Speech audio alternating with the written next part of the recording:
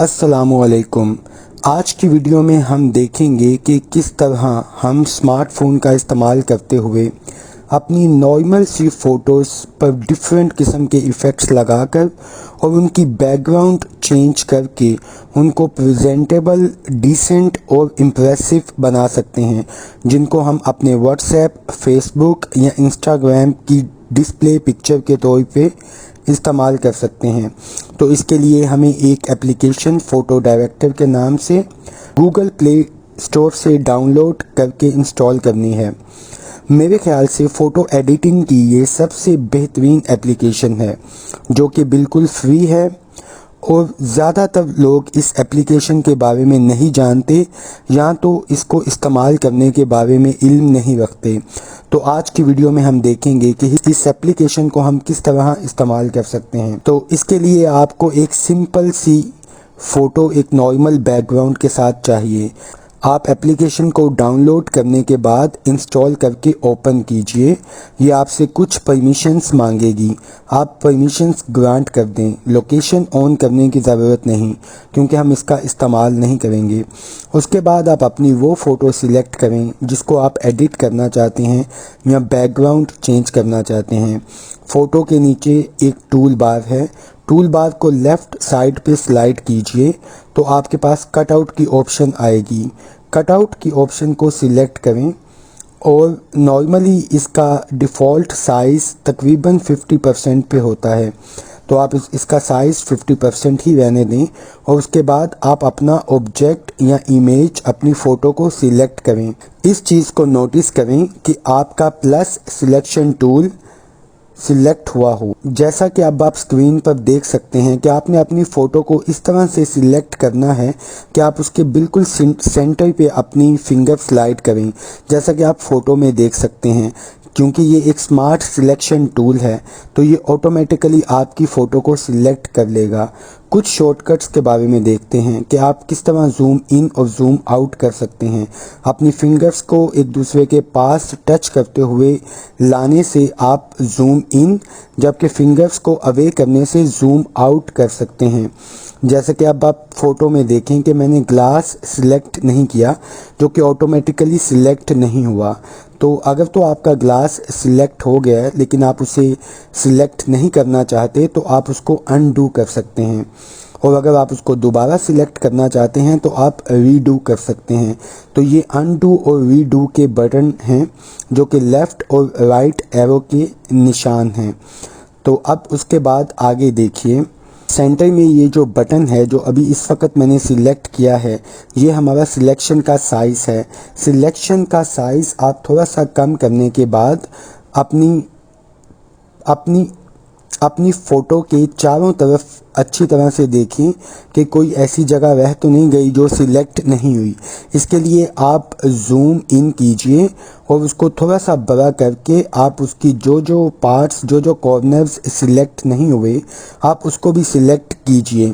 जैसा कि देखें कि ग्लास के नीचे का थोड़ा सा हिस्सा सिलेक्टेड है, लेकिन मैं इसको अनसेलेक्ट करना चाहता हूँ, तो मैं इसको अनसेलेक्ट करूँगा माइनस सिलेक्शन टूल के ज़रिए।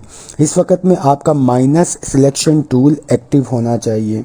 इसी तरह मैं पिक्चर के चारों तरफ अच्छी तरह से देखूंगा कि मेरी सिलेक्शन बिल्कुल सही है कि नहीं। जो एरिया आपने सिलेक्ट किया है वो आपको लाइट रेड कलर में दिखेगा। तो इस तरह से आप फ़ोटो को हर तरफ से देखिए और उसको अच्छी तरह से सिलेक्ट कीजिए अपने प्लस या माइनस सिलेक्शन टूल को इस्तेमाल करते हुए। सिलेक्शन करते वक्त ये बात बहुत इम्पोर्टेंट है कि आप मैग्नीफाइंग विंडो, जो कि स्क्रीन के ऊपर वाले हिस्से पे मैग्नीफाइंग विंडो आपको नज़र आ रही है, आप उसकी तरफ देखें और फाइन सिलेक्शन करें। जब आपकी सिलेक्शन कंप्लीट हो जाए तो उसके बाद आप कट पे क्लिक करें, तो इससे आपकी फ़ोटो की अनवांटेड बैकग्राउंड डिलीट हो जाएगी और आपके सामने इस तरह एक कटआउट की फॉर्म में फ़ोटो आ जाएगी। आप गुड के निशान पे क्लिक करें और इस वक्त ये बात बहुत इंपॉर्टेंट है कि ये आपसे बैकग्राउंड चेंज करने का पूछेगा। आप नो पे सिलेक्ट करें, तो इसके बाद आपकी फ़ोटो कटआउट की फॉर्म में आपके फ़ोटो डायरेक्टरी में सेव हो जाएगी। चलें तो अब हम अपनी बैकग्राउंड को ओपन करते हैं। मैंने पहले से एक बैकग्राउंड डाउनलोड की हुई है, तो मैं अपने डाउनलोड के फोल्डर में से वो बैकग्राउंड ओपन करता हूँ। लेकिन बैकग्राउंड ओपन करने से पहले यहाँ पे दो चीज़ों को देखना बहुत ज़रूरी है। अगर आप ऊपर की जानिब देखें तो आपको दो टैब्स नज़र आ रही हैं, एक लाइब्रेरी की टैब और एक स्टॉक की टैब। लाइब्रेरी के अंदर आपकी वो सब फ़ोटोज़ हैं जो कि आपकी डिवाइस में ऑलरेडी स्टोर हैं, जबकि स्टॉक फ़ोटो डायरेक्टर की ऑनलाइन इमेज कलेक्शन है। यहाँ पे आप लाखों किस्म के इमेजेस खुद से सर्च कर सकते हैं। तो क्योंकि मुझे बैकग्राउंड सर्च करनी है तो मैं बैकग्राउंड लिख के सर्च करूँगा, तो मेरे पास काफ़ी बैकग्राउंड्स आ गई। तो मान लीजिए कि मुझे ये बैकग्राउंड पसंद है, तो मैं इसको डायरेक्टली यहाँ से डाउनलोड करूँगा और ये मेरे डाउनलोडेड फोल्डर में आ जाएगी, जैसा कि आप देख सकते हैं। तो लेकिन मैंने ये बैकग्राउंड यूज़ नहीं करनी, मैं अपने डिवाइस के डाउनलोड फोल्डर में जाता हूँ और वहाँ से ये बैकग्राउंड लेता हूँ।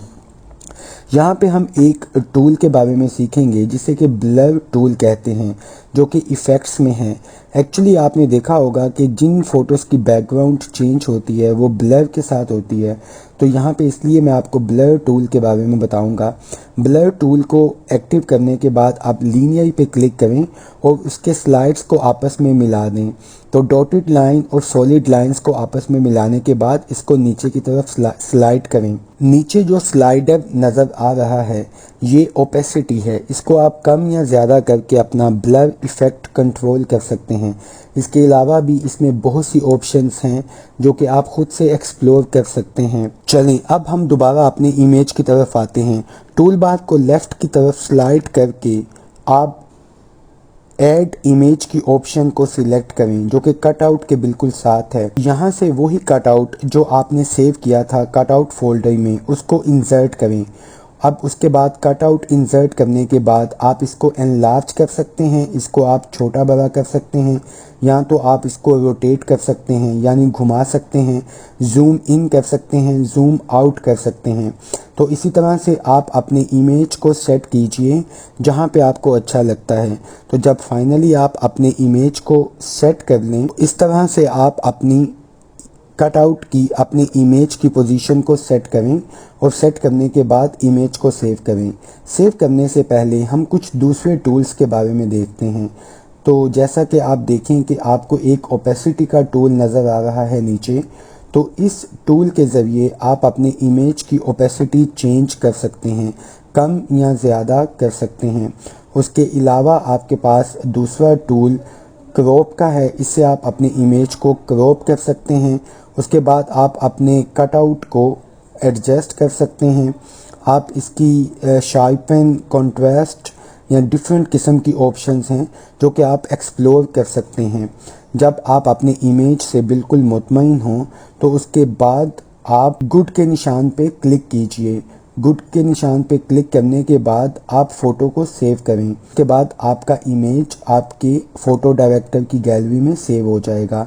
तो चलिए अब फ़ोटो डायरेक्टर की गैलरी में जाते हैं और इसको ओपन करके देखते हैं। तो देखिए मैंने इमेज फ़ोटो डायरेक्टर की गैलरी से ओपन किया और इसी तरह ये आपके मोबाइल की गैलरी में भी आ गया होगा। I hope that you like the video and if you like please subscribe to my channel. Thank you for watching.